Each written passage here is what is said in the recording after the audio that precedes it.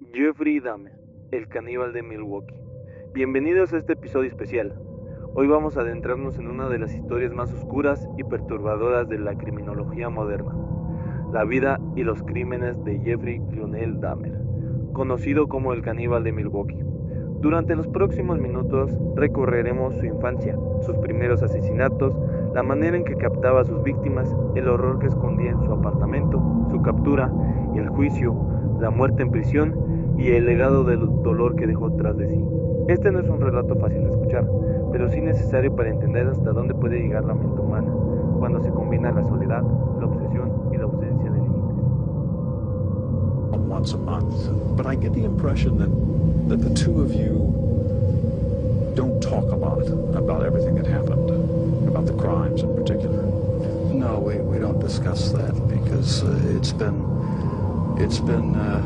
gone over so thoroughly in the papers and the media that there's just really no point in going into any in-depth talks about it. We talk about our family, home, how things used to be, what prison life is like here now, and try to keep things as light and upbeat as possible. Is it hard for you to go back and talk about those things? No, not the good things. In fact, it gives me a sense of comfort to talk about the few good times there were in the past. You say the few good times. Do you think of your childhood as having been profoundly unhappy? No, not profoundly. My childhood wasn't filled with any great tragedies or anything. There were good times and there were bad times. I think it was fairly normal. Jeff, do you remember your earliest experience and earliest interest, fascination with the inside of animals? Where that came from? In ninth grade, in biology class, we had the usual dissection of fetal pigs. I took the remains of that home and kept the skeleton of it. And I just started branching out, dogs, cats. I suppose it could have turned into a normal hobby like taxidermy, but it didn't. It veered off into this. Why, I don't know. Infancia y adolescencia. Jeffrey Lionel Dahmer nació el 21 de mayo de 1960 en Milwaukee. Desde pequeño fue descrito como un niño callado, tímido, pero también extraño. Su hogar estaba marcado por los problemas de sus padres, los cuales discutían constantemente, y con el tiempo se divorciaron. Esto dejó a Jeffrey aislado y carente de atención emocional. Lo más inquietante era su fascinación con los animales muertos. Solía recogerlos de la carretera, diseccionarlos y guardar los huesos, como si fueran tesoros. Para él se trataba de una especie de obsesión con la anatomía. Para los adultos, a su alrededor solo era una rareza. Pero lo que parecía un pasatiempo excéntrico era una realidad al inicio de un patrón macabro. En su adolescencia, Jeffrey empezó a experimentar fantasías sexuales violentas. A los 14 años, ya soñaba con dominar por completo a otros hombres, hasta mezclarlas con las ideas de la muerte. Y esto se sumó su dependencia del alcohol, que usaba como refugio contra la soledad, y así la tormenta perfecta comenzaba a formarse.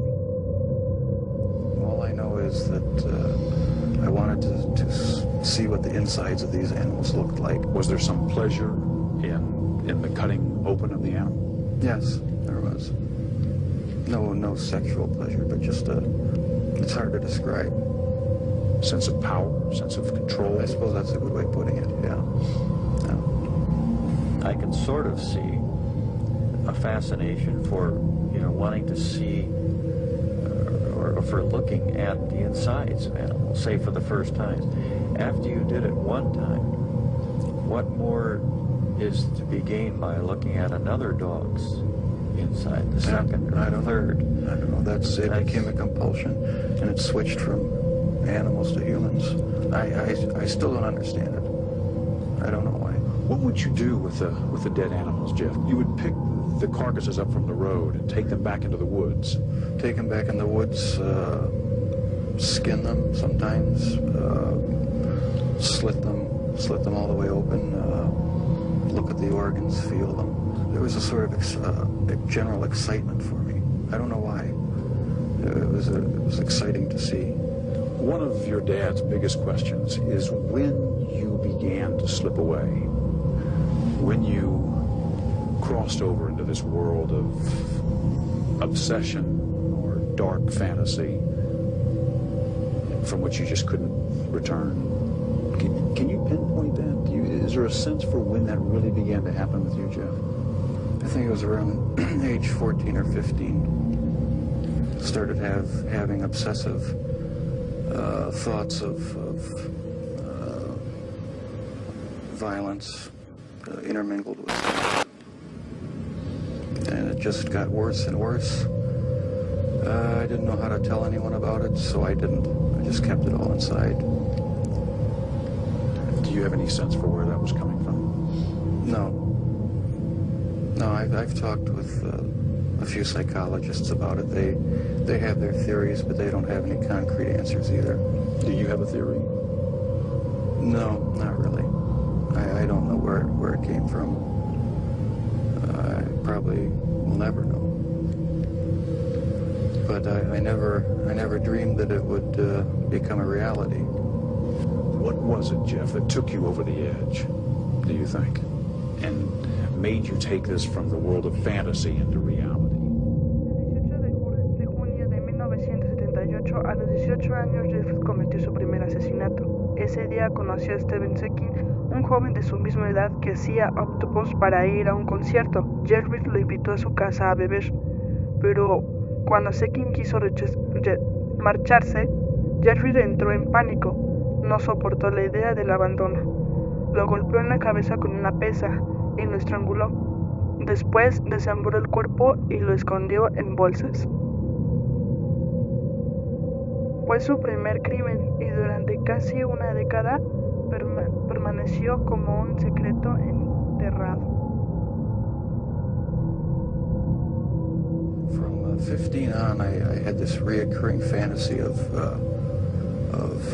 meeting a hitchhiker on the road and of taking him hostage and doing what I wanted. About 3 years later, I was 18 years old, driving home. I saw this hitchhiker about a mile from my house. Thought to myself, should I stop, pick him up, or should I just keep on going? I wish I just kept on going, but I didn't. Turned around, picked him up, and that's when the nightmare became a reality. It just seemed so bizarre to me that this obsession that I had been thinking about and wanting, just all the parts are there, and they make it possible to make it happen. What happened after you took him to the house? The house was empty. My mother was up in Chippewa Falls with her family, and my dad was living in a rented motel about 5 miles away due to the divorce. And I pretty much had the place to myself. I was drinking a lot during that time, and just I don't know, looking for something to some way to find some fulfillment, some pleasure. And I acted on my fantasies, and that's where everything went wrong.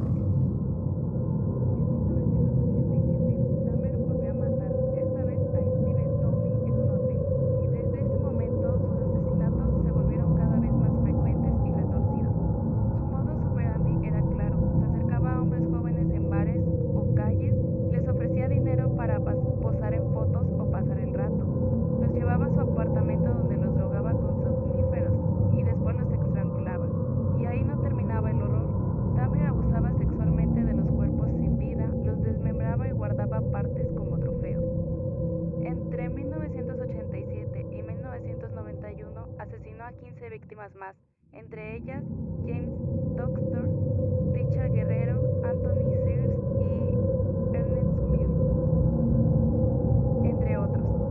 Lo más perturbador fue su intento de crear zombies.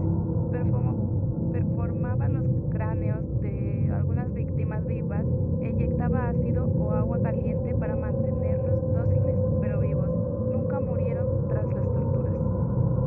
Su apartamento se convirtió en una cámara de horrores. Cráneos pintados, corazones en el congelador, genitales preservados en frescos y barriles con ácido para disolver cuerpos. También confesó después que también practicó canibalismo. Según él, comer parte de sus víctimas era forma más íntima de poseerlas para siempre. This was the summer of 1978 when you took your first victim. Right. Once it happened the first time, it just seemed like it had control of my life from there on in. The second occurrence was 1984, roughly. And I met this guy at one of the bars, downtown Milwaukee bars. We went back to the hotel, just planning on getting drunk. I had put some sleeping pills in his drink to render him unconscious. And was just going to spend the night with him. When I woke up in the morning, my forearms were bruised, and his chest was bruised, and blood was coming out of his mouth. He was hanging over the side of the bed, and I have no memory of beating him to death, but I must have. And that's when it all started again. And once it started again, you found it impossible to stop. Right, that's when the obsession went into full swing. Did you ever tell yourself, I have to stop this? I must stop doing this? La captura. El 22 de julio de 1991 llegó el final. Ese día, Jeffrey conoció a Tracy Edwards, un hombre afroamericano de 32 años. Lo invitó a su apartamento, lo esposó y lo amenazó. Pero Edwards logró escapar, corrió por la calle hasta detener a dos policías y los llevó al departamento. Cuando los agentes entraron, encontraron lo inimaginable: fotos polarios de cuerpos mutilados, restos humanos en el refrigerador y huesos en un barril. El monstruo había sido descubierto. Dahmer fue arrestado en el acto. Yes. When it was going on? After the second time, it seemed like the compulsion to do it was too strong, and I didn't even try to stop it after that. But before the second time, things had been building up gradually, going to bookstores, going to the bars, the gay bars, bath clubs. When that wasn't enough, buying sleeping pills and using it on various guys in the bath clubs. It just escalated slowly but surely. And after the second time, which was not planned, it was out of control. Felt like it was out of control. Where did sex enter in to the killings, Jeff? It was a big part of it. My only objective was to find the best looking guy that I could. Their sexual preference didn't matter to me. Did their race matter to you? No, their race didn't matter to me. The first two young men were white. The third young man was American Indian. The fourth and fifth were Hispanic. So no, race had nothing to do with it. It was just their looks. Was there something sexual in the dismemberment of the bodies for you? As time went on, yes, I did get there was a sexual part to that. I started saving the skeletons. Pero Jeffrey no cumplía ni 5 años de condena. El 28 de noviembre de 1994, mientras realizaba tareas de limpieza en la prisión de Columbia, en Wisconsin, fue asesinado por un recluso llamado Christopher. Lo golpeó con una barra de metal hasta matarlo. Muchos vieron su muerte en un acto de justicia poética. aunque para las familias de las víctimas nada podía reemplazar la pérdida. And preserving other parts. And one thing led to another. It took more and more deviant type behaviors to satisfy my urges, and so it just spiraled out of control. Why the cannibalism? It made me feel like they were a permanent part of me. Besides the just mere curiosity of what it would be like, it made them feel that they were a part of me, and it gave me a sexual satisfaction to do that. Was it the killing that excited you, or is it what happened after the killing? No, the killing was just a means to an end. That was the least satisfactory part. I didn't enjoy doing that. That's why I tried to create living zombies with muriatic acid in the drill, but it never worked. No, the killing wasn't the objective. I just wanted to have the person under my complete control, not having to consider their wishes. Detrás de cada nombre había una vida truncada, jóvenes con sueños, familias y comunidades destruidas. La mayoría eran hombres homosexuales, afroamericanos, latinos o migrantes asiáticos. Muchos aceptaban la invitación de Dabner porque les ofrecía dinero o compañía. Un ejemplo doloroso fue el caso de Conerak, un adolescente de 14 años que logró escapar drogado y semidesnudo. Vecinos alertaron a la policía, pero los agentes lo devolvieron a Dabner, creyendo que era una disputa doméstica. Horas después, Conerak fue asesinado. Este episodio demostró negligencia y racismo institucional, y aún hoy es uno de los momentos más vergonzosos de la policía Milwaukee. Being able to keep them there as long as I wanted. It's not easy to say that, but that's what the motive was. Where did that need for control come from? Do you have any idea? I don't know, maybe I felt I had no control as a child or young adult, and that got mixed in with my sexuality, and I ended up doing what I did was my way of feeling in complete control, at least for that situation, creating my own little world where I had the final say, finding the best looking guy that I could, and having total mastery over him for as long as I wanted. Lust played a big part of it, controlling lust. That was the motive, right there. A lot of this came out in the course of the trial. Obviously, both of you sat through this. Have the two of you sat down and talked about these things before? No, not in depth. This is the first time you're talking about these things. Análisis psicológico. Los expertos concluyeron que Jeffrey Dahmer mostraba rasgos de personalidad antisocial y narcisista, parafilias extremas como la necrofilia y el canibalismo, un profundo miedo al abandono. Más que el simple deseo de matar, Dahmer quería poseer a sus víctimas de manera total.